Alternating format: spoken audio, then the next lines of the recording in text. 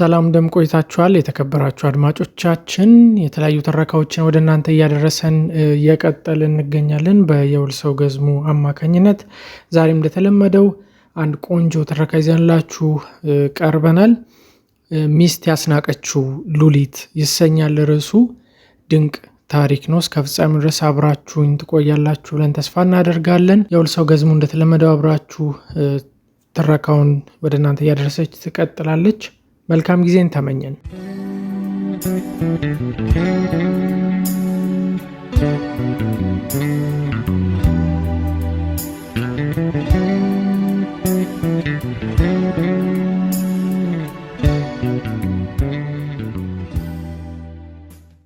ሞቴን ፈር አየሩ ነፋሻማ ነው።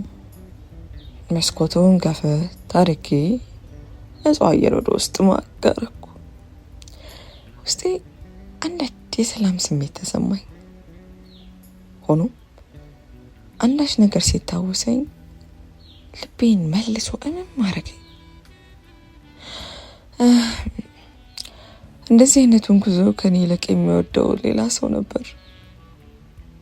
የሰው ልጅ ካለበት ቦታ ወጣ ብሎ ረዥም ርቀትን ተጉዞ ሰላምን አገኘው ሲል ትርጉሙ አይገባኝም ነበር። በመንገድ እንግልት እንዴት ሰላምን አገኛለሁ የሚለው ነገር ሁሌም ቢሆን ጥያቄ ሆኖብኝ ነበር። ለዛም ነው ከፊል የሚባለውን እድሜን ከከተማ ወጥቼ ተዝናንቼ አላውቅም። ውስብስብ ነገር አይመቸኝም። በቃ የኔ ህይወት የተወሰነ ነው። ከስራ ቤት ነው። ህይወትሽን በ3 ቃላት ግለጪ ብባል ቤት፣ ስራና መኝታ እንደዛ ነበር። ከዛን ወክል ደግሞ በዚህ ጸባይሽና አኗኗርሽ እንዴት ወንድ ጓደኛሽ የሚለኝም ብዙ ነው። ሆኖም ዳጊ የሚረዳኝ ሰው ነው። ዳጊ ማንነቴን ሁሉ ነገር አምኖ ተቀብሎ ከኔ ጋር የሆነ ሰው ነው። አንዳንዴ ቁጭ ብሎ ነገሩን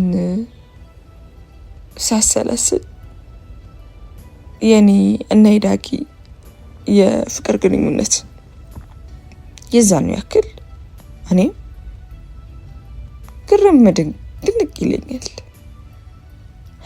በመልክና በአቋም የወንድ ልጅ አይን ውስጥ የምገባ አይነት ሴት በሆንም አለባበሴና ሁኔታዎች ግን ወንድ ልጅ ቀረብ ብሎ ለማናገር አይን ውስጥ የምገባ ነበር። ገና ሲቀርቡኝ ፊቴ እኔ ባልፈቀድኩለት ሁኔታ ቀየር ሲል እነሱም ወደ ኋላ አፈግፍገው መለስ ሲሉ ነበር። የሁኔታ ያስጨንቀው ከኔ በስተቀር አጠገቤ የነበሩት የሚወዱኝና የሚያስቡልኝ ሰዎች ብቻ ነበር። አባቴ እኔ አግብቼና ለቁም ነገር በቅቼ ማየት ትልቅ ህልሙ ነው።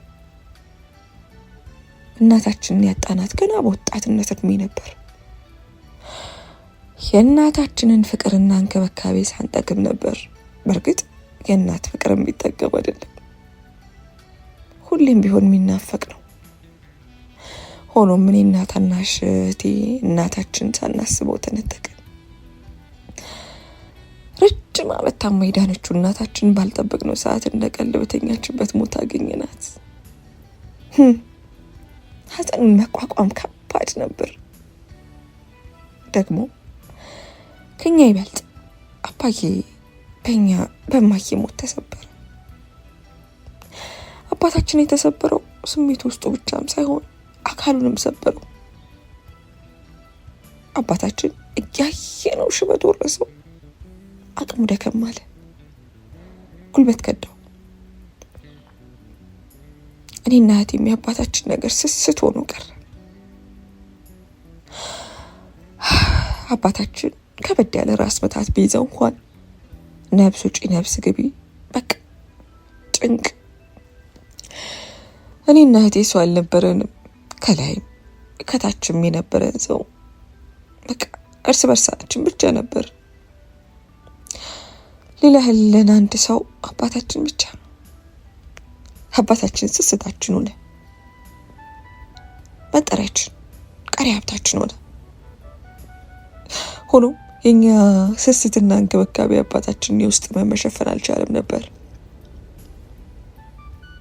የእናታችን ሐዘን በእኛ ጥንካሬ ልናከማት አልቻለም። አባዬ ብቻውን መተከዝና መረበሽ የግል ሆኖ ቀረ። ውስጡ ያለውን ስሜት ደብቆ የውሸት ፈገግ ማለቱና ማስመሰሉ እኛን ከነበረን ጭንቀት የሚታደገን መስሎ ተሰማው።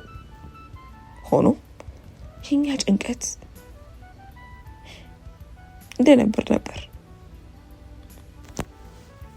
ከጊዜ በኋላ አባታችን ደብረ ዘይት ከተወለድንበትና ካደግንበት ቤት ትተነው በቃ የራሳችንን ጎጆ ለመቀለስ ወደ አዲስ አበባ ለመምጣት ተገደድን።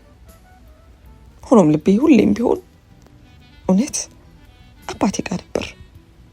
ምን በልቶ ይሆን? ምን ጠጥቶ ይሆን? ሁሉ ነገር የሚያስጨንቀኝ ሆነ።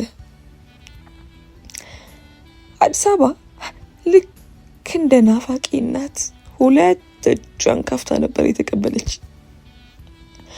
እኔም ለስራና የስራ ህይወትን ለማቅናት አልከበደኝም። ሰው እንደሚያስፈራራው ከተማዋ እንግዳ አልሆነችብኝም። ስራ ማግኘት የቻልኩት ገና ደብረ ዘይት እያለሁ ነበር። አባዬ በቶሎ ለቆ መውጣቱ ብቸኛ አድርጎ ማስቀረት መስሎ ስለተሰማኝ በጊዜ ሂደት ወደ አዲስ አበባ ጠቅልዬ ለመምጣት አስቤ ከደብረ ዘይት እየተመላለስኩ መስራቴን ቀጠልኩ። አባዬ እኛ ያሻነንና ህልማችንን እንድንኖር የሚፈልግ ቀና አስተሳሰብ የነበረው ሰው ነው። ምንም ብቸኛ መሆኑ እንደሚጎዳው ቢያውቅም ለሁለት ሴት ልጆቹ ግን ሟች ነበር። እኔም በስተመጨረሻ ራስ ወዳድ ለመሆን ተገደዱ። አባቴን ጥዬ ወደ አዲስ አበባ ጠቅልዬ ገባሁ። መሄዴን ያልወደደችው ሉሊት ምንም ውስጧ ቢከፋም ቀጣይ እሷ ነበረች። ሉሊት ወደ አዲስ አበባ ከጥየቃ ውጭ የመኖር እቅድ ይኖራታል ብዬ አስቤ አላቅም ነበር። ሆኖም የራሷን ህይወት ለመቀለስ ስትል እሷ ወደ አዲስ አበባ መጣች። የእናቶች ዥንጉርጉር ነው አይደል የሚባለው? እኔና ሉሊት እንደዛ ነበር። በቁመትም ሆነ በመልክ ሁለታችንም የተለያየን ነበር። ሉሊት ከኔ በልጥ ትቆነጃለች። ያያት ሁሉ አይኑ የሚፈዝላት ሴት ነበረች። በዛ ቁመቷ ላይ ቅጥነቷ ለየት ያለ ነበር። ቅጥነቷ ብቻውን የሚስብና የእሷን አይነት አቋም በኖረኝ የሚያስብል ነበር። የእህቴን ውበት ከልጅነታችን ጀምሮ ማደንቀው ነበር። ሉሊት በእናታችን የወጣችው የእናታችን ምስያ እሷ ነበረች። እማዬ አባዬን ስታገባው በፊት ኪነት ነበረች። እንደ አባዬ አወራር ስንቱ ፈረንጅ ነብጥ ዜጋ ግብቼ ልውሰድሽ እያለ የሚጎተጉታት ፈርጥ የጥበብ እንስት እንደነበረች ይላል። አንዱ ባለሀብት ላይም በፍቅር ትወድቃለች ሲባል በተቃራኒው የኔ ምስኪኑ አባት ፍቅር አሸነፋት። እኔ እንዳረገዘች በስራው መቀጠል ስላልቻለች ልጅ ማሳደግና የቤት እመቤትነቷ መርጣ መኖር ጀመረች። እናታችን ህይወቷ እስከምታልፍበት ቅጽበት ድረስ በህይወቷ እጅግ ደስተኛ ነበረች። ለነበራት ነገር አመስጋኝ። አባታችን በተቃራኒው ከሁሉ ይልቅ አባታችንን እጅግ ማለት እሱ የተንደላቀቀ ህይወት ሊኖራት ይመኝ ነበር ሊያኖራት። ያንን ምኞቱን ሳያሳካ መሞቷ ሁልጊዜም ቢሆን የእግር እሳት የሚሆንበት ነገር ነው። ለበላይነሽ ነገር ይገባታል፣ ምድር ላይ ያለው ቆንጆ ነገር በሙሉ የሚገባት ሴት ናት ሲል የሚያሞካቻት ነበር። እማዬም አባዬ እንደዛ ሲል በሚሳሱለት የፍቅር አይኖቿ እየተመለከተችው ከትከት ብላ ትስቅ ነበር። ያኔ የሁለቱ ፍቅር የቲያትር ቤት ክንውን ነበር። እኔና ሉሊት ያደግንበት ቤትና ጎጆ ያንን ይመስል ነበር። ሆኖም እኔ አባቷን መሳይ የሆንኩት ቤዛ ደግሞ ሰልካካውን የአባቴን የአፍንጫ አቀማመጥና ውብ የሆኑት የአይኑን ቅዶች በወረቀት እንደተገለበጠ ኮፒ ይዣለሁ። ቁመቴ ለክፉ ባይሰጥም ለሴት ልጅ በቂ የሚባል ነበር። እኔም ሉሊትም የራሳችን የውበት መድፊያ ሚዛን ያለን ሆኖ በተለያየ ውበት የምንማርክ አይነት ነበር። ሉሊትን በተመለከትኳት ቁጥር ሁሌም ቢሆን ትልቅ ነገር አልማለሁ። እማዬ ባለችበት አናሳ ጎጆ ተንጠራርቶ ማለምን የምትወድ ሴት ነበረች። ታዲያ እኔም የእናቴን ምኞት የወሰድኩት ለሉሊት ነበር። እኔን ህይወቴን መስመር አስይዞ የሚያስኬድና የሚወዱትን ስራ መስራት ከቻልኩ በቃ ከበቂ በላይ ነበር። ምኞት ከዚህ የበለጠ አይገፋም። በምኞት ውስጥ የሚመጣን አዳዲስ ፈተናና መሰናክል ስለምፈራ አንገቴን መሰስ አድርጌ የተራራ ያክል መመኘትና ህልም ማለም የሚባል ነገር አይሆንልኝም ነበር። ሉሊት ግን ደፋር ናት። ለሁሉም እንቅስቃሴዎቿ ከየት መጣ ማይባል ድፍረትና ብልሃት ነበራት። እኔን ለተመለከተኝ ሰው ዝም ያልኩኝ አስተዋይ መስላችኋል። ሆኖም አስተዋይዋ እኔ ሳልሆን ሉሊት ነበረች። እኔም በቃ የሆነ ነገር ላይ አተኳሪ ብቻ ነኝ። ልክ የሆነ እንደ ሂሳብ የወጠንኩት ነገር ብቻ ላይ ልክ ሆኖ ማግኘት፣ መስራት፣ ትኩረት ማድረግ፣ መደመር፣ መቀነስ፣ ወልፈት ያለ እንዳይሆን ጭንቅ ውስጥ መግባት ምናምን። ሉሊት በዚህ ነገር ልዩ ነበረች። ለመደመርም ሆነ ለመቀነሱ፣ ለማካፈልና ለማባዛቱ ቀላል ቀመር ታወጣለች። ብልሃተኛም ናት። ታዲያ ይህ ሁኔታዋ እንኳን ወንዱ ሴቱንም ያፈዝ ነበር። እኔም ትንሿ እህቴን ስመለከት ሁሌም በፈገግታ ነበር። እውነት የቴ ነገር አይሆንልኝ። እሷን ሳያት እናቴን በመስታወት ውስጥ ማየት ያክል ይሰማኛል። ሉሊት ትልቅ ቦታ እንደምትደርስ የሁል ጊዜ ሳቢ ነበር። ሉሊት እኔን ብቻም ሳይሆን ብዙ ሰው በውስጡ ያየውን ህልሟን ለመከተል ብዙ ጊዜ አልፈጀባትም። እንደዛ ነበር። ግን እማዬ ከሞተች በኋላ ህልሟ ቀስ በቀስ መቀስቀስ ያዘ። ሆኖም እኔም ሆነ አባዬ ያን ህልም እንዳይሞትና የበላይነሽ ምትክ እንዳትባል በኩላችን ማድረጋችን ቀጠልን። በእናታችን ሞት ሁላችንም ተጎድተናል። እሷም ይህንን ጉዳቷን ለመካስኛ የቻልነውን ሁሉ ሞከርን። በስተመጨረሻ የምትወደውን የሞዴሊንግ ስራ አስጀምርናት። አቤት ያ ቁመት፣ አቤት ያ ውበት! ማስታወቂያ በሰራሽ ቁጥር እህቴ መሆኗን ሁሉ እስክዘነጋ ድረስ አፌን ከፍቼ አያት ነበር። የመጀመሪያ ስራዋን የተመለከትኩ ጊዜ ጠባቧ የተከራዩዋት ክፍል ውስጥ ሆኜ ብቻዬን የደስታ ለቅሷን ብቻለሁ። አንዳንዴ ሳያት እሳሳለሁ። ምግብ በልታ የምትጠግብ አይመስለኝም። ሉሊት ወገቧ 8 ቁጥር ተብሎ የሚወራው በዘፈን ያ እውነትም ትክክለኛ ለሱ ይመስለኛል። ዳሌዋና ሽንጧ ተብሎም የተዘሜላት ዘፈን ቁርጥ ለሷ መሳይ ነበር። ግን ከጊዜ በኋላ ይህ ውበትና ማራኪነት አስተሳሰብ እኔን የሚያሰጋኝ ጀመር። ያያት ሁሉ አይኑን ከማሳረፍ ወደ ኋላ አይልም። ያገባውም ላጤውም ሀብታሙም በቃ ወድሻለሁ፣ አፈቅርሻለሁ የሚላት በዛ። ታዲያ በዛ ውስጥ የትንሿን እንደናና ልብ ቀስ በቀስ መመልከት ጀመርኩ። ሉሊት ፍቅርን አታውቅም።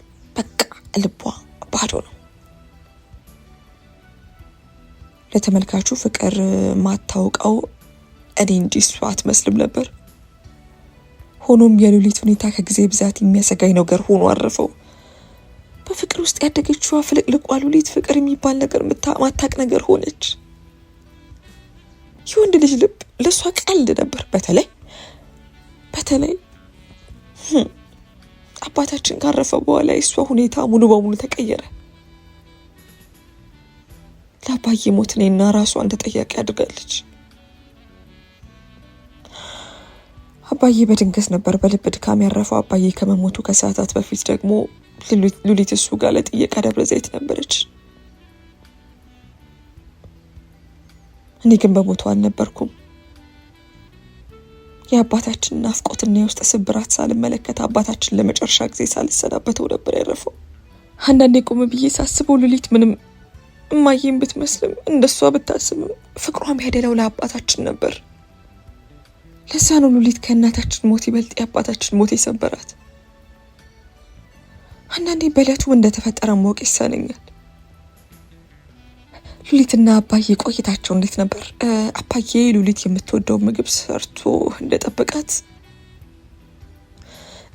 ከዛስ አብረው ቡና ጠጡ፣ ተጫወቱ።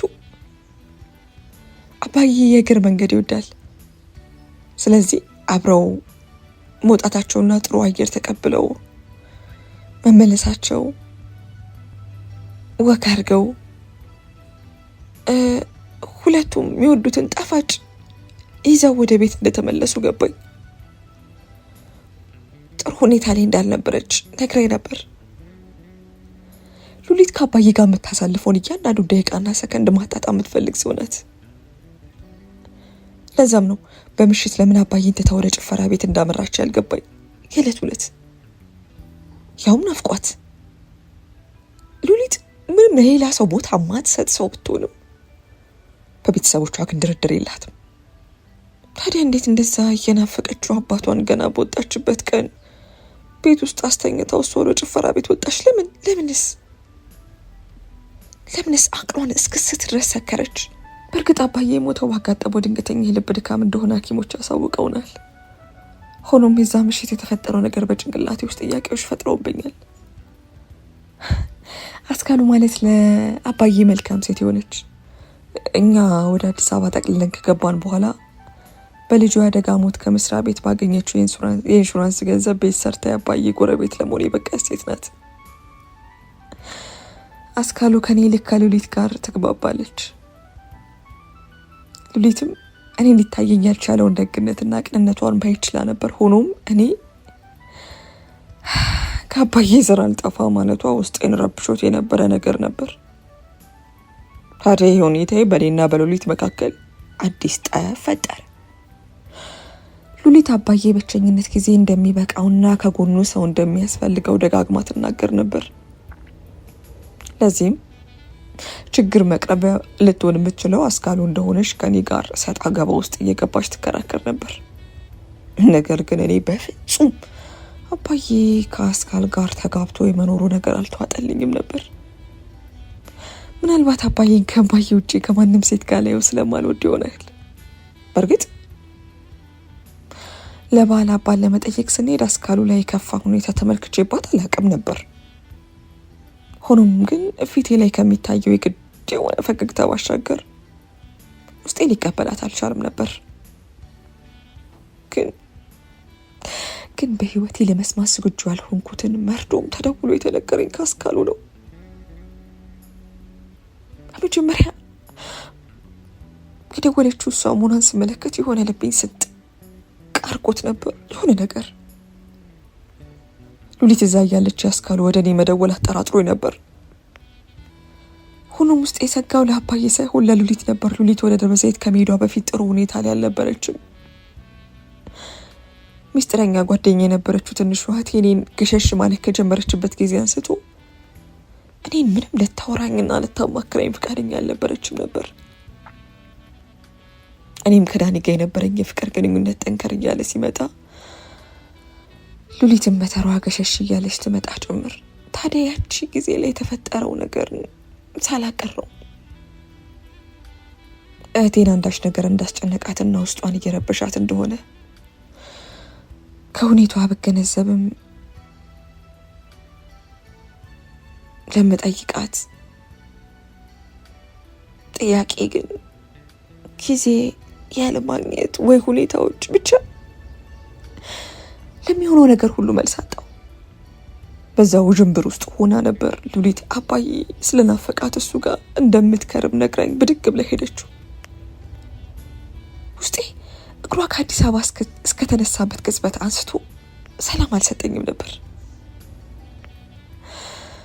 እንደፈራሁትም አስካል ወደ እኔ ስልክ ስትደውል መርዶ የአባቴ ሳይሆን የእህቴ የሚነገረኝ መስሎት ሰምቶኝ ነበር።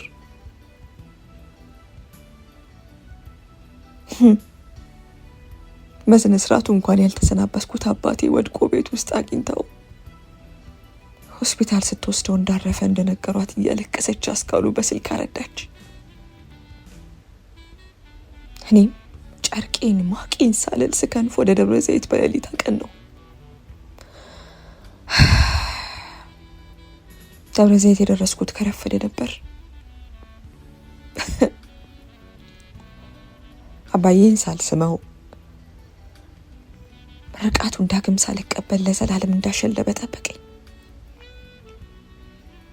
ሬሳ ክፍል ገብቼ ሳየው አባዬ ነጭ ሆኖ ተመለከትኩት።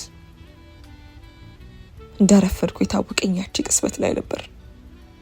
ስቅስቅ ብዬ አለቀስኩ። አባዬን ፊቱን ገጽታውን በደንብ የተመለከትኩት ካረፈ በኋላ ነበር። ሳለየው በደንብ ሳላስተውሎ የተጎዳና የተሸበሸበ ፊቱን ተመለከትኩ። ካለ እናታችንና ካለኛ ምንኛ የብቸኝነትና የድካም ኑሮ ብቻውን እንደገፋ ታወቀኝ። አስካሉን መቀበል ምችል ከሆነና ከእሷ ጋር አብሮ ኑሮ መኖር እንደሚፈልግ በነገረኝ ጊዜ የሰጠውትን ፈቃደኛ ያልሆነ ምላሽ አስታውሼ ራሴን ወቀስኩ። ቁጭቴ በሙሉ ከረፈደ ነበር። አስካሉ በእርግጥም ውስጧ ቅን መሆኑን ያወቅኩት ከረፈደ ነበር። አባዬ ሞት ተጎድታለች። ራሴን ካረጋጋው በኋላ ሉሊት የት እንደሄደች ጠየቅኩ። ለሉሊት ብትደውልላትም ልትገኝ እንዳልቻለች ገለጸችልኝ። ነገሩ ፍጹም ግራ አለኝ። እንዴት ሆኖ እንዴት ተደርጎ ነው ሉሊት አባዬ አርፎ መገኘት ያልቻለችው? በዛ ሌሊት ከአስካሉ ጋር ወደ ቤት ተመለስን። ሐዘን ውስጤን አቆራመደው። አባዬ ወድቆ ተገኘበት የተባለለት ቀዝቃዛ መሬት ላይ ተጣጥፌ ተኛሁ። የሐዘኑን ያክል የሉሊት መዳረሻዋ ጠፍቶብኝ ውስጤ መልሶ በስጋት ታወክ። ታዲያ ከሰዓታት በኋላ እንደ ነገሩ የቅዠት መሰል ሁኔታ የተዘፈቀበት መኝታ ሸለብ አድርጌ የነቃሁት የግቢው በር ሲንኳኳ ነበር። ከነበርኩበት ተነስቼ ወደ በረንዳ ወጣ አልኩ። ሉሊት ነበረች። ሆኖም ባይኔ የተመለከትኩትን ማመን አልቻልኩም ነበር። ሉሊት እንደ ጎረምሳ ስጠጣ አድራ ነበር የመጣችው። ሁኔታዋ ለማየት ራሱ የሚያሳፍር ነበር። ውስጤ በሁኔታዋ ተደናግጧል። ትንሽ ንዴትም አለ። በቆመችበት እኔም ባለሁበት ለደቂቃዎች ተፋጠጥን።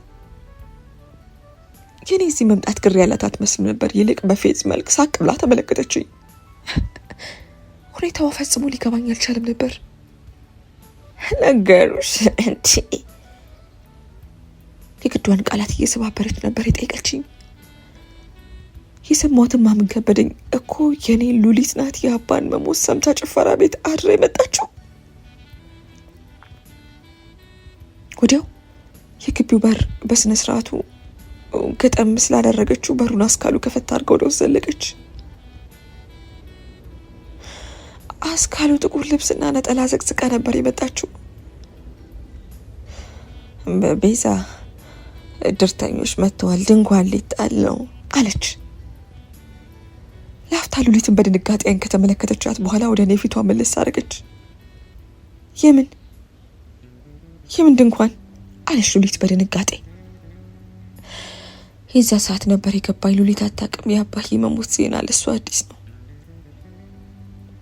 ታዲያ ምኑን ነው ነገሩሽ ያለችኝ አልኩ ለራሴ። ወዲያው አስካሉ ግር ባለው መልኩ ሉሊትን ተመለከተቻት። ሉሊት የት ነበርሽ? እንደው ስልክሽ እንደዛ ስቀጠቅጥ አንዴ እንኳን ብትመልሽ ምን አለ? ያንቺም ሁኔታ እኮ አስጨንቆን ነበር አለቻት። ቆይ አባባ ሴት ሄዶ ነው ስለምንድን የምታወሪው? አንቺስ አለች ፊቷን ወደ እኔ መለስ አድርጋ። እዚህ ምን ሰሪያለሽ ስትል ጠየቀችኝ። ምላሽ አልሰጠኋትም ነበር። ወደ ታች ቁጢጥ ብዬ ተቀመጥኩ። ሉሊት ነገሮች በራሳቸው ይገለጡላት ጀመር። ወዲያው የሰፈር ሰው ነጠላውን እያዘቀዘቀ ወደ ውስጥ መዝለቅ ጀመረ። ሉሊት ነገሩን መቀበል አልቻለችም ነበር። እንደ እብድ ትወራጭ ጀመር። እኔም የእህቴን ሁኔታ ስመለከት ቅስሜ ተሰበረ። ከቀብር ስነ ስርዓት በፊት ሉሊትን ሆስፒታል ይዘን ሄድን። በስንት መከራ አረጋግተንና ልብሷን ቀይረን አባታችን ለመቅበር ከቀብር ስፍራ ቆምን። አባዬን ከማዬ አጠገብ አስተኝተን ወደ ቀዝቃዛው ቤት ተመለስን። ሉሊት የነበረችበትን ስሜት ለመግለጽ ከባድ ነበር። እልህ፣ ንዴት፣ ቁጣ፣ ሐዘን ሁሉም ተደበላልቀውባት ነበር። የሐዘን ቀናቶች በዛው አለፉ። እኔም ስራ ቦታ እንደ ነገሩ ጥዬና ተረማምሼ በመምጣቴ ስራ ቦታ ላይ የነበረውን የቀረጻ ፕሮግራም ስለሚዛባ የተወሰነ ፍቃድ ሰጥተውኝ ደብረ ዘይት እስከ አርቦ ድረስ ለመቆየት ወሰንኩ። ሆኖም ነገሮች እንዳሰብኩት አልነበረም። ነገሮች የተገላቢጦሽ ሆኑ። ከሉሊት ጋር እንኳን 40 ቀን አንድ ቀን አብረን መዋል አቃተን። ሉሊት እንደሩ ጠላት ጸባዩ ተቀያየረብኝ። ለሁሉም ነገር እኔ ተጠያቂ ሆንኩ። ቆይ ምን አድርጊ ነው የምትይኝ ሉሊት? እኔ ጥፋቴ ምንድን ነው? እኔም እኮ አባቴን ያጣሁት። ውስጤ እየደማ ነው፣ እየቆሰለ ነው። አይገባሽም? አዎ የዚህ ሁሉ ተጠያቂ አንቺ ነሽ፣ ማንም ሳይሆን አንቺ ነሽ። የዛን ቀን ነበር የሉሊትን ሁኔታ የተመለከትኩት። ሉሊት ፊቷ ፍጹም ተቀይሯል። አይኖቿ ውስጥ መረዳት ያልቻልኩት ሁኔታን ተመለከትኩ። ማለት የገዛ እህቴ ለምን ጠላችኝ? አልገባኝም።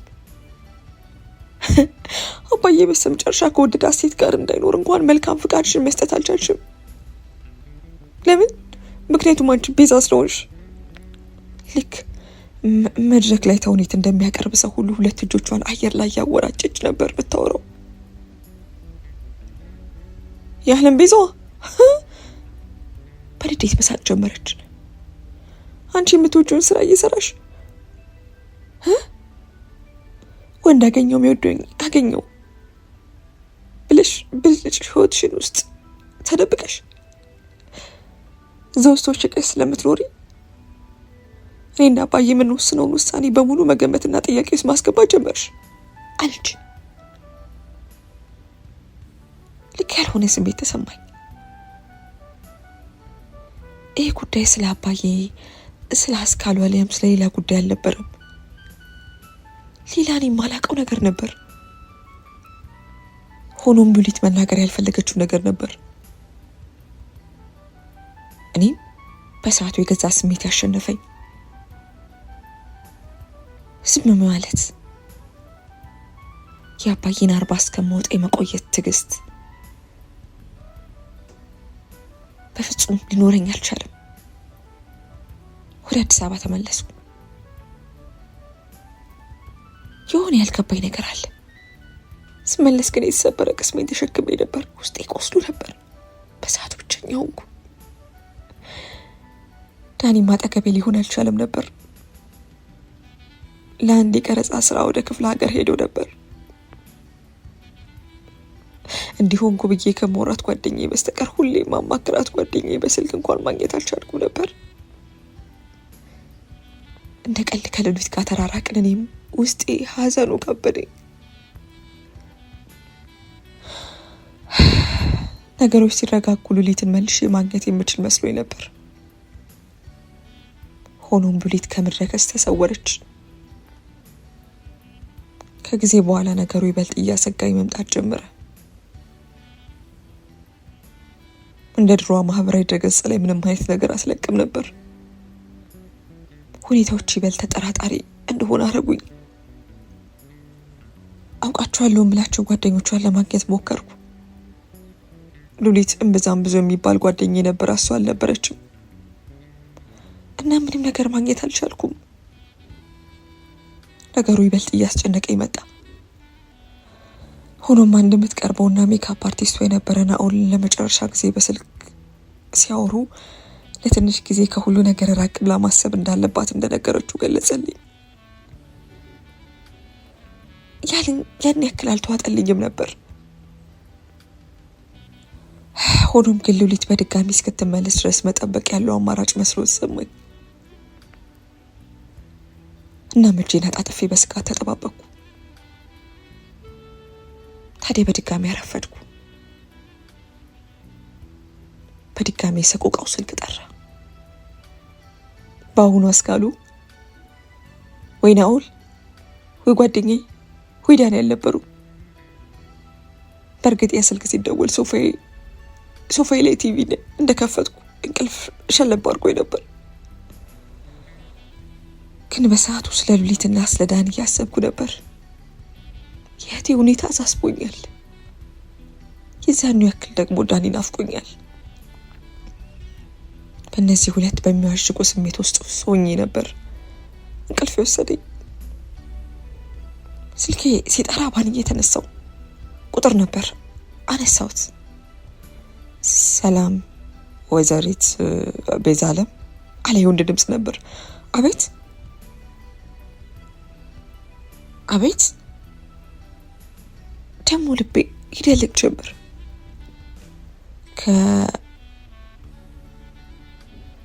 ከሲዳማ ክልል ሐዋሳ ዋና ፖሊስ ጣቢያ ነበር የምደውለው አለ። በሰዓቱ አይምሮ የቱን መልቀቅ እንዳለበት እንኳን ግራ ገባው። ሐዋሳ ምን አለ ሉሊት እዛ ናት። ዳጊ ደግሞ ለቀረጻ ወደ ሌላ ክልል እንደሄደ ነው ማቀው። በውስጤ ነገሮችን ላፍታው ጠነጠንኩ። እሺ አልኩ። ከሶፋው ላይ እግሬን ወረድ አድርጌ ተስተካክዬ ተቀመጥኩ። ልቤ ይበልጥ በፍጥነት መምታት ጀመረ። ይቅርታ የኔም መቤት ወይዘሮ ሉሊት አለማየትሽ ናት ሲል ከተል አድርጎ ጠየቀ። ልቤ ምንጭቅ ሲል ታወቀኝ። አዎ ምን ነበር? ሰላም የኔ እህት መርማሪ አትክልት እባላለሁ። ወይዘሮ ሉሊት አለም ሐይቅ አካባቢ ተገላና ታጥላ ተገኝታለች። የአንቺን አድራሻ ማግኘት የቻልነው እቃዎቿና ንብረቶቿ ከነበሩበት የያዘችው የሪዞርት ክፍል ውስጥ ነበር አለ። ከዛ በኋላ ያለኝን ቃላቶች ጥርት ባለ መልኩ መስማት አልቻልኩም ነበር። ሞተች ሳይሆን ተገላ ተጥላለች የሚለው ቃል ጭንቅላቴ አስሮታል። አይ ተሳስተው ነው እንጂ እንዴት የኔ እህት? ቆይ ሉሊት ማን ነው የሚገላት? ለምንስ ሲባል ጭንቅላቴ ቀፎ የሆነ ያክል ሆኖ ተሰማኝ። ራሴን ማሆን ከበደኝ። ከቀን በኋላ ራሴን እዛው ጣቢያ ውስጥ አገኘሁት። በእጆቼ የሉሊትን እቃዎች እየተቀበልኩ ነበር። በድን ሆኛለሁ። አባዬ ከሞተ ገና 2 ወሩ ነው። አሁን ደግሞ እህቴን አጣሁ። በዚህ ምድር የቀረችኝ ብቸኛ ዘመዴ ደሜን አጣሁ። የሉሊት ሞት ቃል እንጂ እውን መስሎ አልመስልሻል? ያችን ቆንጆ እንዴት አፈር ይበላታል? የኔን ሉሊት ማንስ ነው የገደላት? ውስጥ ያለው ጥያቄና ድምጽ ብቻውን ሊያሳብደኝ ደረሰ። መርማሪዎቹ እንደገለጹልኝ ከሆነ ሉሊት ጭንቅላቷን ከኋላ እንደተመታች ነው የገለጹት። አንድ ጊዜ ብቻም ሳይሆን በተደጋጋሚ።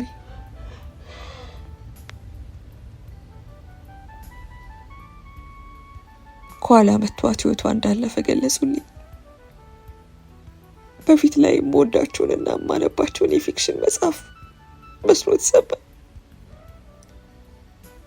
ይሄ ግድያ ወንጀል እንዴት ሉሊት ላይ ይፈጽማል? ነገሩን መቀበል ፈጽሞ አቃተኝ። ሆኖም በሰዓቱ ማሰብ የነበረብኝ ሉሊትን በሰላም መሸኘቱ ላይ ነበርና የታናሽ እህቴን የቆንጆ እህቴን አስክሬን ተሸክሜ ወደ ደብረ ዘይት አቀናሁ።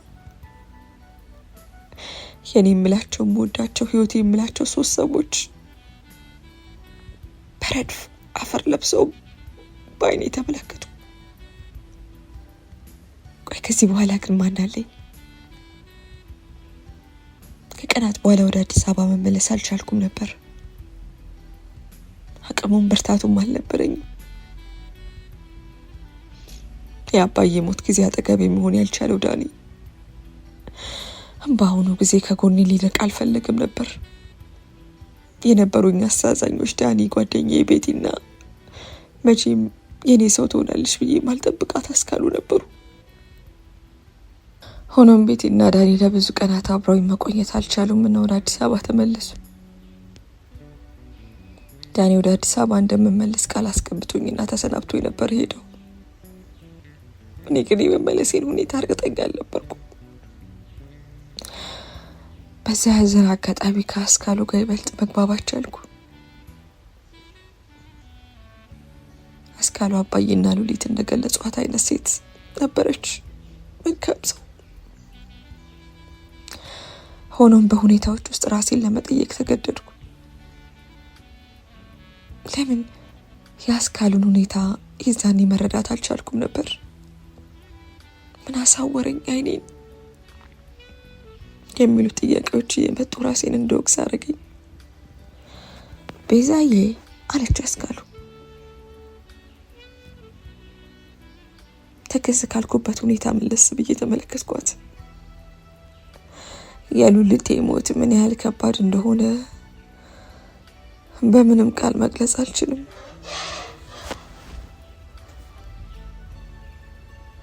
የሉሊቴ ሞት ምን ያህል ከባድ እንደሆነ በምንም ቃል መግለጽ አልችልም። እረዳሻለሁ። እንደዛ ብልሽ ዘበት ይመስላል። ሆኖም የኔ ልጅ ራስሽን የቀጣሽ አትኑሪ። እንደው ከቻልሽ ገዳዩ እንደው እንዲገኝ በኩልሽ ላድርጊ ባክሽ። የአስካሉ ንግግር ለምን እንደሆነ ባላቅም ከነበርኩበት የደነዘዘ ስሜት ውስጥ አደቀኝ። የት ብዬ ላገኘው አልኳት። ገዳዩ እህቴ ምን አድርጋው እንደሆነ አግኝቼ በጠይቀው ምን ያህል ደስ ባለኝ፣ ምን ያክል በተደሰትኩ ነበር። ከዓይኖቼ እንባ ኩልል ብሎ ወረደ። ቤዛዬ፣ በእርግጥ እኔ ከሁለታችሁ ማንን ትቀርቢያለሽ ብባል ሉሊትን ነው አለች። ልክም ነበረች። እኔና አስካሉ የአባዬና የሉሊት ሞት ባይከሰት ኖሮ ለእግዚአብሔር ሰላምታ የዘለለ ንግግር እንኳን አይኖረንም ነበር። ግን ሉሊት የአንዳች ችግር ውስጥ እንዳለች ይሰማኝ ነበር። አብራችሁ የነበረቻቸው ሰዎችም ጥሩ አይመስሉኝም አለች አሰብ እንደማድረግ ብላ። ፊቴን መለስ አድርጌ አስካሉን ተመለከትኳት። እንዴት? ቆየ ሉሊት የምታውቂ ጓደኛ ወይም?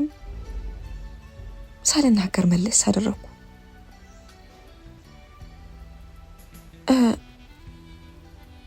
ሉሊት የኔ የምትለው የፍቅር አጋር አልነበራትም። ሉሊት የነበሯት የፍቅር አጋሮች ባለትዳር ወይም ሌላ ሴት የነበራቸው ወንዶች ነበሩ። አይ ጓደኛ አስማቀው ናኦል የሚባለው እንደው ሜካፕ የሚሰራትን ነው አለች። አስካሉ ከኔ ተሽላይ ሉሊትን ጓደኛ ማውቋ ቢያስገርመኝም በውስጥ የቅናት ስሜት ነገር ቆጠጥ አድርገኝ። አሁን ናኦልን እኔ ማውቀዋለሁ አልኳት ቀበል ብዬ። ከሱ ውጪ ግን ማለት ከሱ ውጪ አንድ ሰው ነበር አለች አሰብ እንደማድረግ ብላ። አንድ ሰው? ምን አይነት ሰው አልኩ እኔም ማወቅ ፈልጌ። እርግጠኛ አይደለሁም ቤዛዬ፣ ብቻ ማውቀው የምታወራው አንድ ሰው ነበር አለች አስካሉ። የዛ ቀን የሰጠችኝ ፍንጭ ጭንቅላቴ ውስጥ አንዳች ነገር ጫረብኝ። አብዛኛው ንግግራቸው ጭቅጭቅ ነበር። በስተ መጨረሻ ከአባታችሁ ጋርም በዛ ጉዳይ ሲጣሉ ነበረ አለች። እንግዲህ የሆነብኝ ዜና ከልብ አስደነገጠኝ። ማመን አልቻልኩም ነበር። ሆኖም ልክ ነበርኩ። አንዳች ነገር ሳይፈጠር ሉሊት አባዬ እንደዛ ናፍቃ በምሽት ጥለው አትሄድም ነበር። ቆይ ነገሩ ምን እንደሆነ ሰምተሻል? የሰማሽው ነገር ነበር አልኩ። ስልኩ ምን እንደነበር አላወቅኩም። ሆኖም ቤት የሰራሁትን ነገር እንዲቀምሱ ብዬ ይዤላቸው ስመጣ ጭቅጭቅ ላይ ነበሩ አባትሽ ስለ ወንዱ ነበር ሲያወሩ የነበረው ሲመስለኝ። ሉሊት አብሮ የነበረችው ሰው ማንነትን ሳቅ የቀረ አይመስለኝም አባትሽ አለች፣ ነገሩ እንደማሰባሰል እያለች። ቆይ አልኩኝም። በደንብ አስረጅኝ አባዬ፣ ስለ ሰውየው ማንነት ያውቃል አልኩ፣ ነገሩ ለመረዳት እየሞከርኩ። አዎ ካነጋገሩ ይመስል ነበር። እንዴት ከሱ ጋር ምንስ ቢሆን እንዴት ከሱ ጋር ፍቅር ትጀምሪያለሽ ነበር ሲላት የነበረው አለች ወደ ኋላ መለስ ብላ የአባዬን ቃል እያስታወሰች።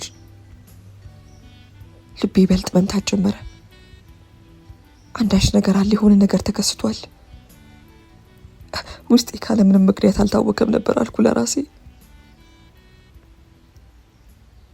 እናም ቆየት ብዬ እንዴት ናችሁ ልል ስገባ አባትሽ ወድቆ አገኘሁት።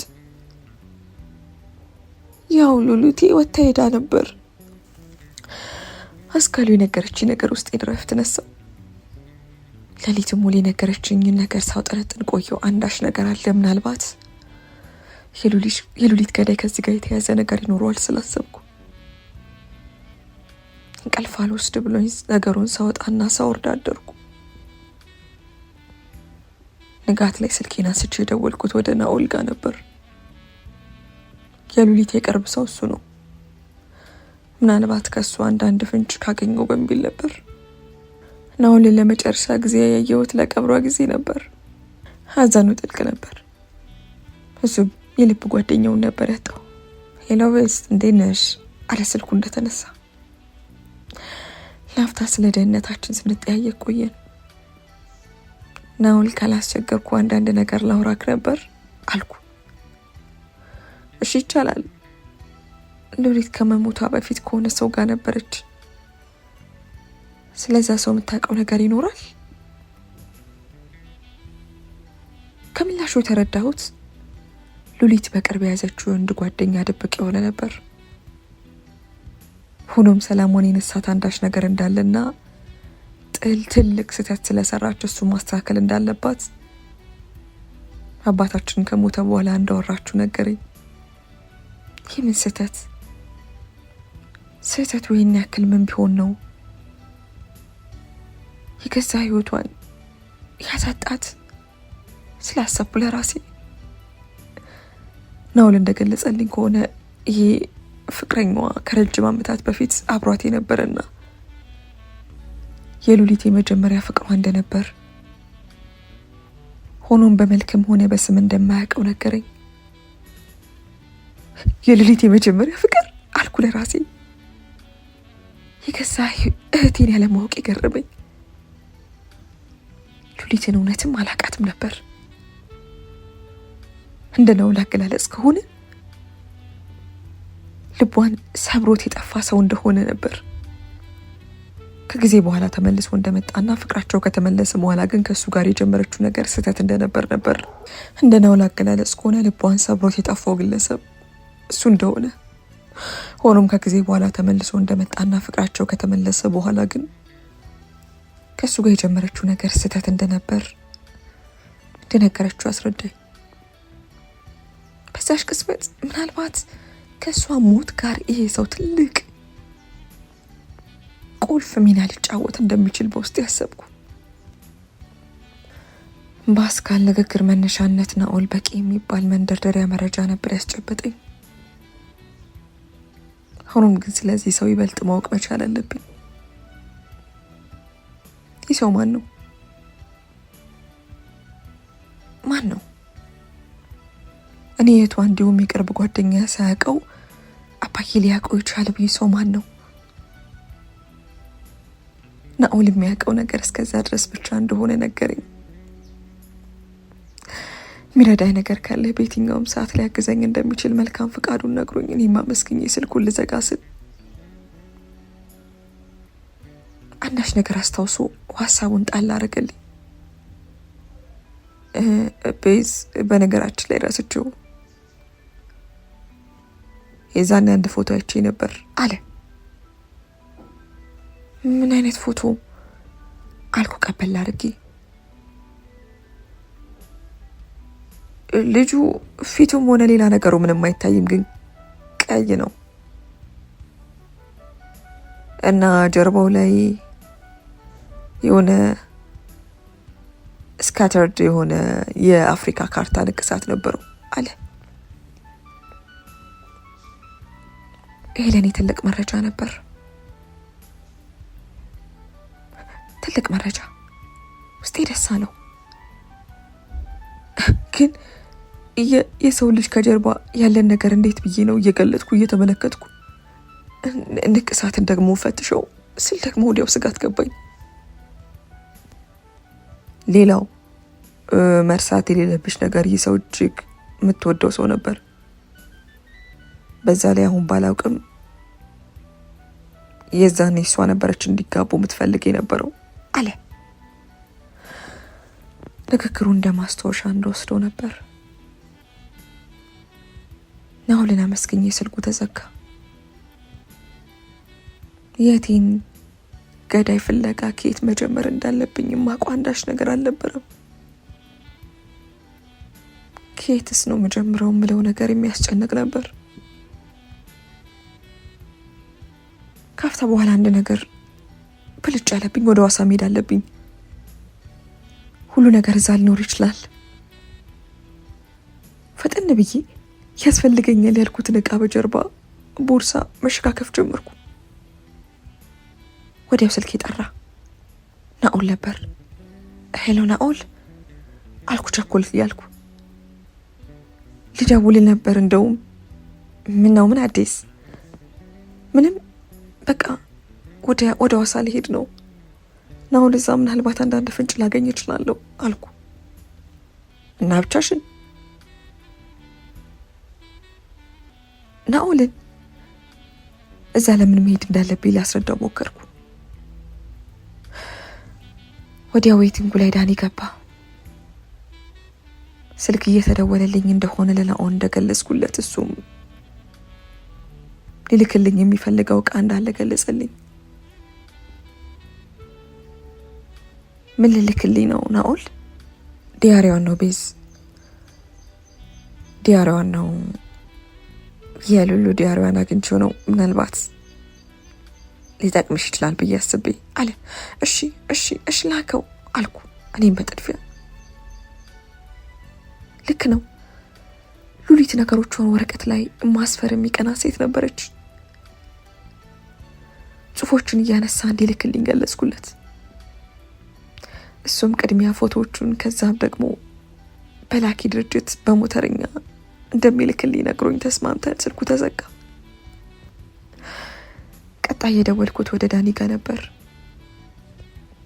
ዳኒ ደህንነቴን ለማረጋገጥ ነበር የደወለው።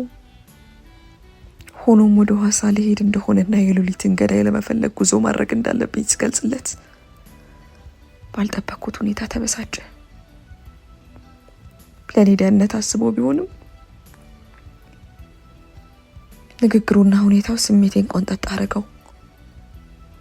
ግን ከሀሳቢ ውልፍት የሚያስብለኝ ምንም ነገር አልነበረም። እንደሚሄድ አስረግጬ ተናገርኩ። ሊቀበለው ባይፈልግም እሽታውን ገለጸ። ግን የሚሄድበትን ቦታና ሁኔታ ምንም ነገር ሳይቀር እንድልክለትና እንዳሳውቀው በማስጠንቀቂያ መልክ ነገረኝ። እኔም በሱ ተስማምቼ ጉዞ ወደ ሐዋሳ ለመሄድ ዝግጅቴን በግማሽ ሰዓት ውስጥ ጨረስኩ። አስካልን ተሰናብቼና ቤቱን አደራ ብዬ ወደ ሐዋሳ ቀን ነው። ጉዞ ላይ ብዙም ያልሆንኩ ልጅ ገዳይ ፍለጋ ተሰማራሁ። የመጀመሪያ ጉዞ ምን መሆን እንዳለበት ማሰብ የጀመርኩት መኪና ውስጥ ሆኜ ነበር። መጀመሪያ ላይ ሉሊት ያረፈችበት ሪዞርት መሄድ ይኖርብኛል። ከዚያ እሷን ጉዳይ ሰው መርማሪ ማናገር፣ ቀጥሎ ደግሞ አስክሬኗ ወደ ተገኘበት ስፍራ ማቅናት። ሶስቱንም በአይምሮ ያቀድኩ። ስልኬ እንደከፈትኩም ናኦል የላካቸውን የሉሊትን ጽሑፍ ተመለከትኩ። ግማሹን መንገድ የሟች እህቴን ጽሑፍ እያነበብኩ አነበው። እህቴ ምን ያክል እንደናፈቀችኝ ይበልጥ ተሰማኝ። ከጽሁፉ ብዙም ለየት ያለ ፍንጭ አላገኘውም። ሆኖም ወደ መጨረሻ አካባቢ አንዳች ነገር ነበር። ሉሊት ስለ አንድ ግለሰብ ያሰፈረችው ነገር አለ። ስሙ ያልተጠቀሰ ማንነት። ሆኖም ይህን ሰው መጥፌ በሚል አገላለጽ ነበር የጻፈችው። እህቴ ምን ያክል ብቻዋን እንደተሰቃየች እንደነበር ሳስበው ልቤ ይበልጥ ታመመ። በዚህ ሁኔታ ውስጥ ሐዋሳ ከደረስኩ በኋላ ወዲያ ወደ ሪዞርቱ በማቅናት ሪሴፕሽን ጋር አመራው። ክፍል ይዤ አረፍ ካልኩ በኋላ ቀዝቃዛ ሻወር ወስጄ እስራኤል ለመጀመር የሚመች ጫማና ቱታ በጃኬት ለብሼ ወጣሁ። የግሌን ምርመራ የጀመርኩት ከሪሴፕሽኑ ነበር። ሪሴፕሽኑ ላይ ያለው ሰው ስራ ከጀመረ ገና 2 ቀን መሆኑን ገለጸልኝ። የካሜራውን ቅጂ ለመስጠት ፈቃደኛ አልነበረም።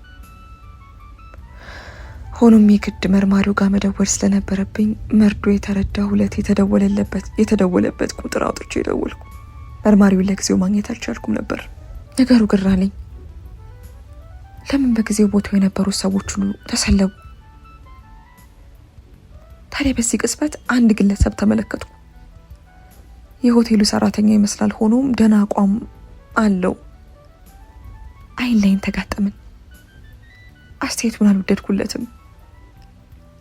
ከዚህ ቀደም አይቶኝ የማያውቅ ሰው የሚሰራውን ስራ ገታ አድርጎ ለምን ተመለከተ? ነገሩ ትንሽ ግራ አለኝ። ቀረብ ብሎ ለምን አየኸኝ ማለቱን ስላልፈለጉ ወደ ክፍሌ ተመለስኩ። ወደ ክፍሌ እንደገባው በሩን በአስቸኳይ ዘግቼ ከውስጥ ቆለፍኩ።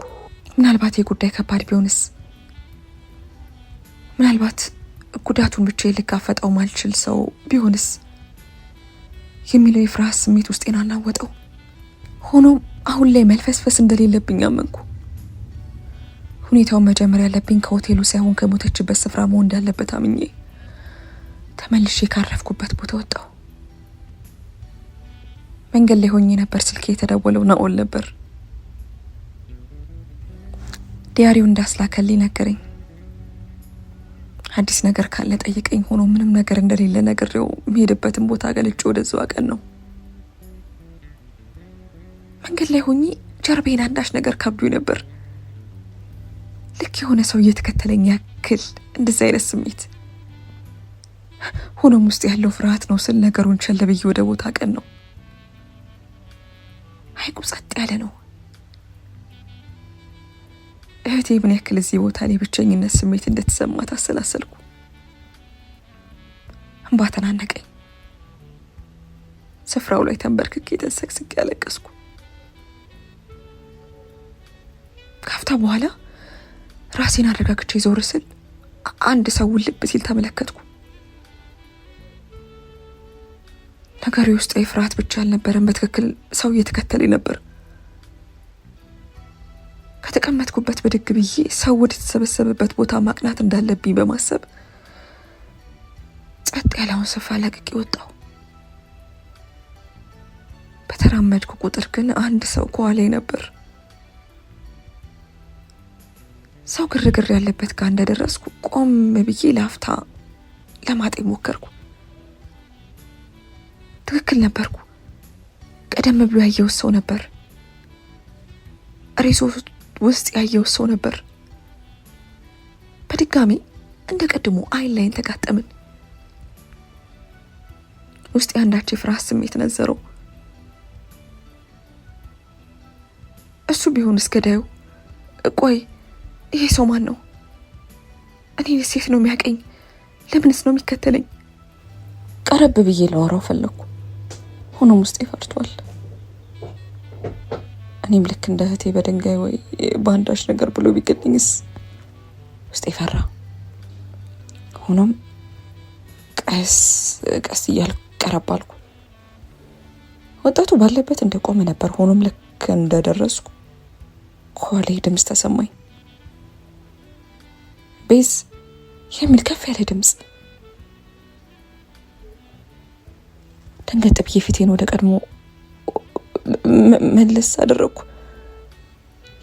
የፈለግኩት ሰው ነበር ዳኒ። እኔን ፍለጋ ሲኳትን እንደነበር ከሁኔታው ያስታውቅ ነበር። ያለከለከ ነበር።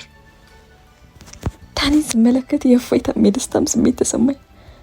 ዳኒ ምን ትሰራለህ እዚህ አልኩት ደንገጥ ብዬ። ስንት ቦታ እንደፈለግኩሽ አለ ቀረብ እያለ። ከልቡ እንደኳተነ ቁርጥ ቁርጥ ከሚለው አተነፋፈሱ ያስታውቅ ነበር። ታዲያ ወዲያው ቀደም ብዬ ያየሁት ሰው ትዝ ብሎኝ እይታዬን ወደ ልጁ መለስ አረኩንም። ልጁ የለም ተሰውሯል። ደነገጥኩ። ለምን ተሰወረ? ብቻዬን መሆኔን አውቆ ሊያጠቃኝ ነበር። ውስጤ በድጋሚ በጥያቄ ተሞላ። ወዲያው ዳኒ ወደ ራሱ መለስ አርጎኝ ጥምጥም አርጎ አቀፈኝ። እኔም ሰውነቴም ሆነ ጭንቅላቴ ዝሎ ስለነበር አቀፍ ውስጥ ገብቼ አይኖቼን ቀደምኩ። አሳሰብሽኝ እኮ ቤብ አለ አይኔን እየተመለከተ። ይቅርታ አልኩ። ልክ ነበር። እኔና ዳኒ ለመጨረሻ ጊዜ አንድ ሬስቶራንት ቁጭ ብለን ራት ከበላን ቆይተናል። በስልክ እንደዛ ስለወራሁሽ ይቅርታ በጣም። ሆኖም የሉሊትን ገዳይ ፍለጋ ልሄድ ነው ስትይ ነገሩን ማመን ከብዶኝ ስለነበር ነው። ለማንኛውም በምትፈልጊው ነገር ሁሉ አጠገብሽ እንደምወርቅ ቃል እገባልሻለሁ። ለዛም ነው እንደዚህ ከንፈ የመጣሁት አለ ፈገግ ብሎ እየተመለከተኝ። እኔም እዚህ የሚያስፈራ ሁኔታ ውስጥ ብቻዬን ስላልሆንኩ እፎይታ ተሰማኝ።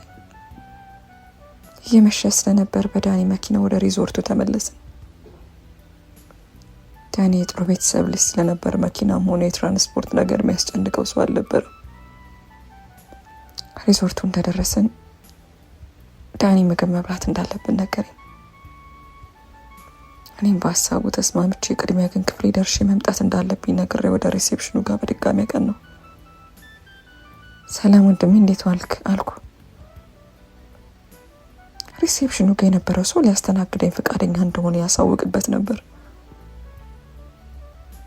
ይቅርታ ካላስቸገርኩ፣ ቅድም እዛ ጋር ቆሞ ለረዥም ደቂቃ ሲመለከተኝ የነበረ ሰው ነበር። ካልተሳሳትኩ ሰራተኛ ነው፣ ልታገናኘኝ ትችላለህ አሉ። በአጭሩ ተንፍሶ ተመለከተኝ። እንኳን ንግግሩ በትንፋሹም የተሰላቸው ይመስላል። የኔት ነገርኩሽ እኮ እኔ ገና ስራ ከጀመርኩ 2 ቀኔ ነው። ስለምን ሰው ነው የምታወሪው? ሪዞርቱ በሰው እኮ ነው የተሞላው አለ። ንግግሩ ቀላል ነበር። ውስጤ ንድድ ብሎኝ ስሜቴን ለመቆጣጠር ሞከርኩ። እሺ አልኩ በረሽሙ ተንፍሼ። ሌላ ዕቃ ያመጣልኝ ሳለ አልኩ ከተል አድርጌ። ሮም 312 ቤዛለም ጠየቀ በድጋሚ። አዎ ይኸው አለ። ከስር በፖስታ የታሸገ ነገር አውጥቶ ሰጠኝ። አይኑን ላፍታ ከኮምፒውተሩ ላይ አልተነቀለም ነበር። እንደ ሁኔታው ከሆነ አንድ ትልቅ ሀከር ነበር የሚመስለው። ለነገሩ መስኪኝ ወደ ክፍል ያቀን ነው። ናኦል ላከውን ከፍቼ እስካነባው ድረስ ቸኩዬ ነበር። ፖስታውን ከፈትኩት። አንድ ፒንክ ባሸበረቀ ጌጦቹ የተሞላ ዲያሪ ተመለከትኩ። ልክ ነው፣ ዲያሪው ብቻውን ሉሊትን የሚገልጽ ነበር። ዲያሪው እንዳበስ አርጌ በሀዘን ፈገግ አልኩ። ወዲያው አልጋዬ ላይ አረፍ ብዬ ማስታወሻውን እያገላበጥ ማንበብ ጀመርኩ። ሉሊት አንዴ ደስተኛ አንዴ ከፋት የሚመስሉ ነገሮችን ደርድራለች። ሆኖም አብዛኛው ጽሑፏ የተከፋሽ መሆኗን ነበር የሚገልጸው። ወደ መጨረሻው ፔጅ አቀን ነው። ለመጨረሻ ጊዜ ጽሑፏ የሰፈረበት ነበር። የመጨረሻ ድንበር ላይ እንደደረሰች የሚያትት ነገር ነበር። ጽሑፉን በደንብ ልረዳው አልቻልኩም። ሆኖም ይህ መጨረሻ ነው አልኩ። ወዲያው ስልክ ያቃጨለ ዳኒ ነበር። ዳኒ መጣው ብዬ ክፍል የመግባቴን እርስ ታርጌው ነበር። ደንገጥ ብዬ ስልኩን አነዛው። ቤዝ በሰላም አስጨነቅሽኝ እኮ አለ። ወይኔ ዳኒ በጣም ይቅርታ መጣው። እሺ እዛው ብፌ ያለበት ዳኒ ጋር ጠብቀኝ አልኩት። ስልኩ እንደሰካሁት እጄ ላይ ነበረውን ዲያሪ ዘግቼ ልቆልፈው ገልበጥ ከማድረጌ ከኋላ በጀርባ የተጻፈ ነገር እንዳለ ተመለከትኩ። ሳላነበው መተው አላስችል ብሎኝ ገለጥ አድርጌ ተመለከትኩ። የራሷ ጽሑፍ ነበር። ሆኖም ይሄኛው ሌላ የተለየ ነገር የለውም። ግልጽ የሆነ አጻጻፍ ነበር የጻፈችው። ቤዝ ሁሉም ነገር ማወቅ ያለባት ጊዜ ደርሷል። ከዚህ በላይ ነፍሴ በኃጢአትና በጸጸት እየተሰቃየች መኖር አትችልም። አባዬ የሚሆነው የዛን ቀን ድምፁን ሰምቶታል። ማንነቱን ስላወቀ ነበር በሀዘንና በንዴት ኮርመት ብሎ የሞተው። ስለዚህ በቃኝ።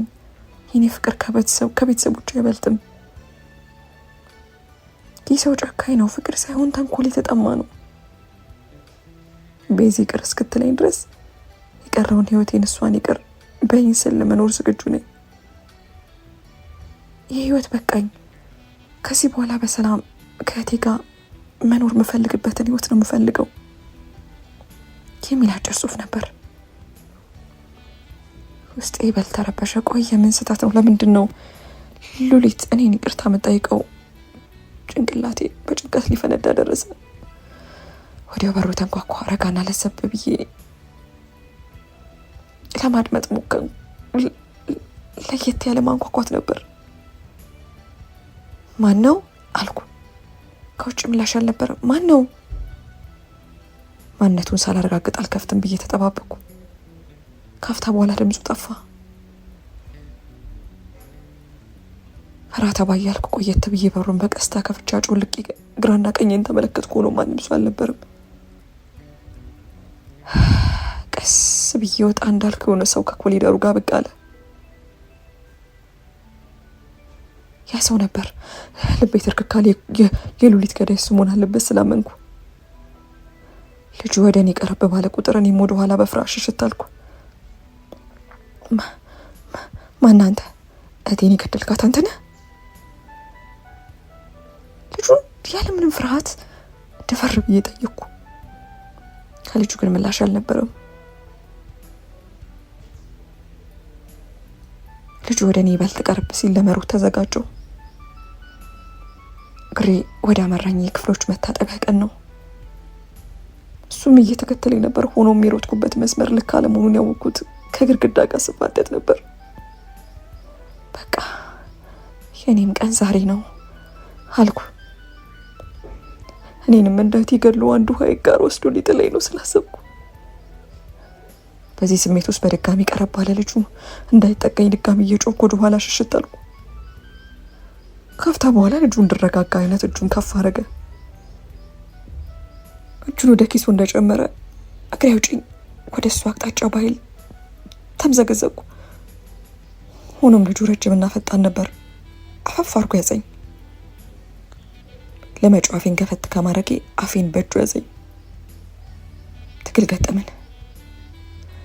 እኔም በመጮህና በማምለጥ ስሜት ውስጥ ነበርኩ። እንደምንም ታግዬና በክርኑ ሆዱን መትቼ ወደፊት ተወረወርኩ። እሱም ጎንበስ ብሎ ህመሙን ያሳረገ። ሆኖም ድምፅ አልነበረውም። የዚያ ቅጽበት ነበር ከአንገት ወረድ ብሎ አንድ ነገር የተመለከትኩት። ጥርት ያለ እይታም ባይሆን ንቅሳት መሳይ ነገር ነበር። አዎ እሱ ነው አልኩ በእርግጠኝነት። ሆኖም እዚህ መቆሜ እኔም ስለ ገዳይነቱ ሳላረጋግጥ ሊያስገድለኝ እንደሚችል አስቤ ወደፊት ሮጥኩ። ወዲያው በአንደኛው ጥፋት እንደሮጥኩ ከዳኒ ጋር ተጋጨው። እያለከለኩና እያለቀስኩ ነበር። ዳኒ ወደ ቅፍ አስገብቶ እያባበለ የሆንኩትን ጠየቀኝ። እኔም ተረጋግቼ መናገር አቃተኝ። እጆቼ እየተንቀጠቀጡ ነበር። ካፍታ በኋላ ዳኒ አረጋግቶ ወደ ክፍሉ ይዞኝ ገባ። የተፈጠረውን ነገር ከጠየቀኝ በኋላ በሪዞርቱ ላሉ ጥበቆች የተፈጠረውን ነገር አስረዳ። ማናጀሩንም ጠርቶን የገለጽኩት አይነት ሰው በአስቸኳይ መያዝ እንዳለባቸው ገለጸ።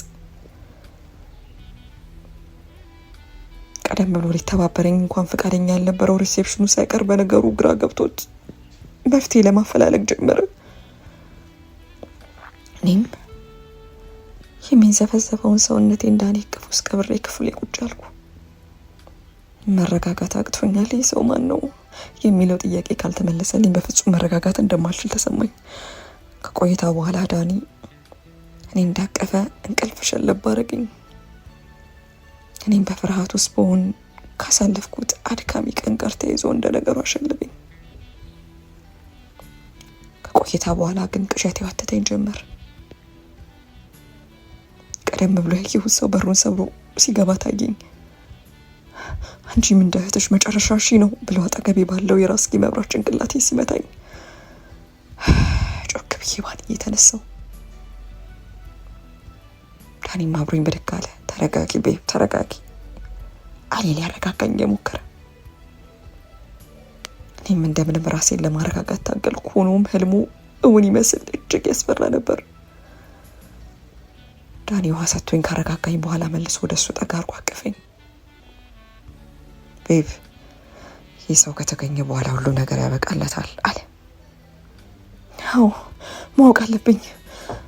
ማን ነው አልኩ አንገቴን ላፍታ ሰበር አድርጌ ከቆየው በኋላ። ምኑን? ለምን እንዳደረገው፣ ለምን እንደገደላት? እባክሽን ይወድ ዋናው ልጁ ይያዝ እንጂ ይሄ ነገር መረሳት ያለበት ነው። ይሄን መርሳት አለብሽ አለ ዳኒ። ከሀሳብና ከጭንቀት ይሄን እንደሚል ገባኝ። እኔም እሱን ላለማስጨነቅ አንገቴን በሽታ ነቀነኩ። ዳኒ ቀረብ ብሎ ከንፈሬን በስሱ ሳመው። ዳኒን ከሳምኩትና በፍቅር ካቀፍኩት ቆይቻለሁ። ዛሬ ግን እኔ ከነበረኝ የስሜት መቃወስ ጋር ፍላጎቴና ስሜት ያንሰራራ። መሳሳማችን ቀጠለ። ትንፋሻችን ቁርጥ እስኪል ልክ ሽጉጥ እንደተደቀነበት አሊያም እንደተራበ ሰው መሳሳም ጀመረ። ዳኒ ከከንፈሬ ወረድ ብሎ አንገቴን መሳም ጀመረ። እኔም በስሜት መቃጠል ጀመርኩ። ከዳኒ ጋር ከመሳሳም እንዲሁም ተቃቅፎ ከማደር ውጭ ፍቅር ሰተን አናውቅም ነበር። ዛሬ ግን ልፈቅድለት ፈለግኩ። ሰውነቴ ከሰውነቱ ተዋህዶ ፍቅርን ስንሰራ ማደርን ተመኘው። እሱም በስሜት የተጣማ ይመስል ነበር። ካፍታ በኋላ ከላይ ያደረኩትን ልብስ እየተቻኮለ ወደ መሬት ጣለ። እጆቹንም ከጡት የወረድ አድርጎ በጀርባ ያለውን የጡት ማስሻ ፈታ አረገ።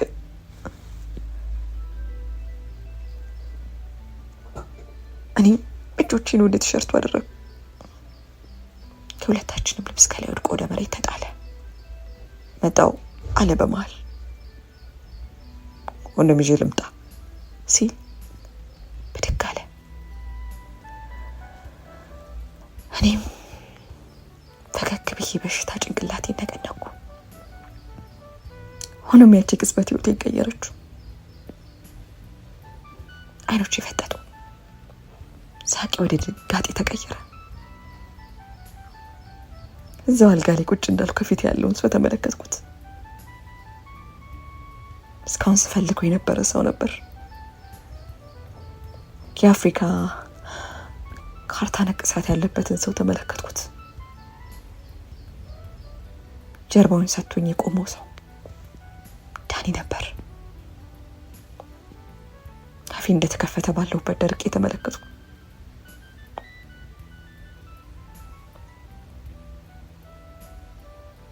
ዳኒ ኮንዶሙን አውጥቶ ሱሪውን ወለቅ እያደረገ ፊቱን ወደ እኔ መለስ አደረገ። እኔን ሲመለከተኝ ደንገጥ አለ። ፊቴ ልክ የሞተ ሰው እንደተመለከትኩ ደርቆን ገርጥቷል። ምነው ቤብ አለ እንደቆመ። ከዓይኖቼም ባኩልል ብለው ወረዱ። አንተ ነህ እኔ ምን አልገባኝም። ልክ ነው አንተ ነበርክ። የለቅሶ ሲብቃ አሰማው። አባዬ በሉሊት ሊናደድባት የሚችለው የያዘችው ፍቅረኛ የሚያውቀው ሰው ስለነበረ ብቻ ነው። አባዬ ሊያውቀው የሚችለው ሰው ደግሞ የሌላ ልጁ ፍቅረኛ ዳኒ ነው አልኩ። ቀመሩ ገጥሞልኝ ዳኒ ባለበት ደርቆ ቀረ። ሊከራከረኝ ወይም ሊያስተባብል አልቻለም ነበር። እንዴት አልኩ እያለቀስኩ። የኔ ነበረች ሉሊት፣ የኔ ፍቅር ነበረች። ድምፁን ከፍ አደረገ። በአይኔ መላክ የመሰለው ሰው ወደ ጋኔ ሲቀየር ተመለከትኩ። እሷን ፍለጋ የገባሁበት ነገር ታውቂያለሽ? በአንድ ስህተት ከዛሬ 4 ዓመት በፊት አይንህን ላፈር አለች። ታዲያ ዳግም ስመጣ እሷ ተቀይራ ነበር የጠበቀች። ለበቀል ነበር የፈለገች፣ በልቤ ለመጫወት። ታዲያ እኔም ያንን አሰብ አለ በድፍረት እና ለረዥም ጊዜ እኔና አንቺ ፍቅር መጀመራችንን ሳታቅ እኔ ጋር ትመጣ ነበር። አብረን ቆንጆ ጣፋጭ የፍቅር ሌሊትን ስንተቃቀፍ እናሳልፍ ነበር። ታዲያ መጨረሻ አንቺ እቅዴን አበላሸሽው። ባላሰብኩት ቅጽበት እህቴን ተዋወቅ ብለሽ አስተዋወቅሽኝ። የዛኔ ሉሊት መልሳ ተቀየረችብኝ። ከዛ በኋላ ነገሮች ጭራሽ እየተበላሹ መጡ። አባታችሁ ከሞተ በኋላ እኔና እሷን ተጠያቂ ያደረገች። ይገርምሻል። የዛኔ ፀሐይ ጋር አግቢኝ ብዬ ጠይቂያት ነበር አለ በምጽአት ሳቅ ብሎ። እና እምቢ ስትል ገደልካት አልኩ።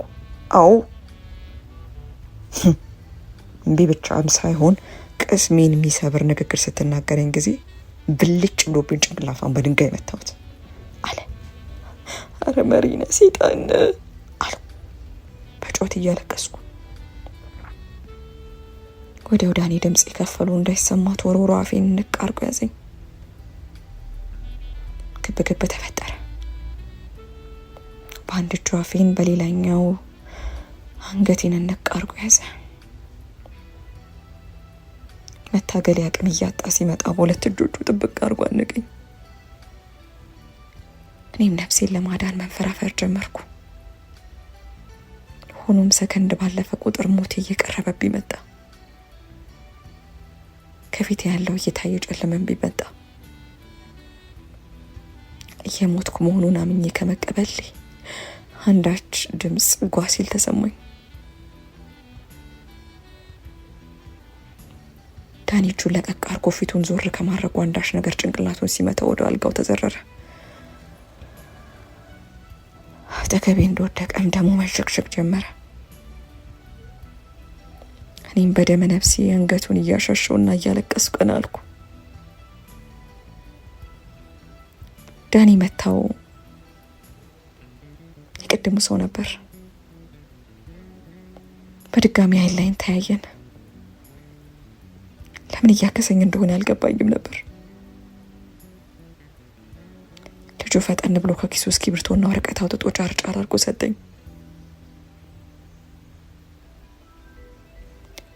እስካሁን የሸሸው ሰው ምስክር ነበር። የሉሊትን ግድያ በዓይኑ የተመለከተ፣ ሆኖም መስማት የተሳነው ስለነበር ቃሉን የሚሰጥለት ሰው ጠፍቶ እንደነበር ገለጸልኝ። መርማሪውን ማውራት በቻለበት ወቅት ላይ ከረፈደ እንደነበርና መርማሪውም ሆነ ሆቴል ውስጥ የሚሰሩትን ሰዎች የዳኒ አባት በገንዘብ ዞር እንዳረጋቸው ገለጸልኝ። ከደቂቃ በኋላ ሪዞርቱ በፖሊስ አባል ተጥለቀለቀ።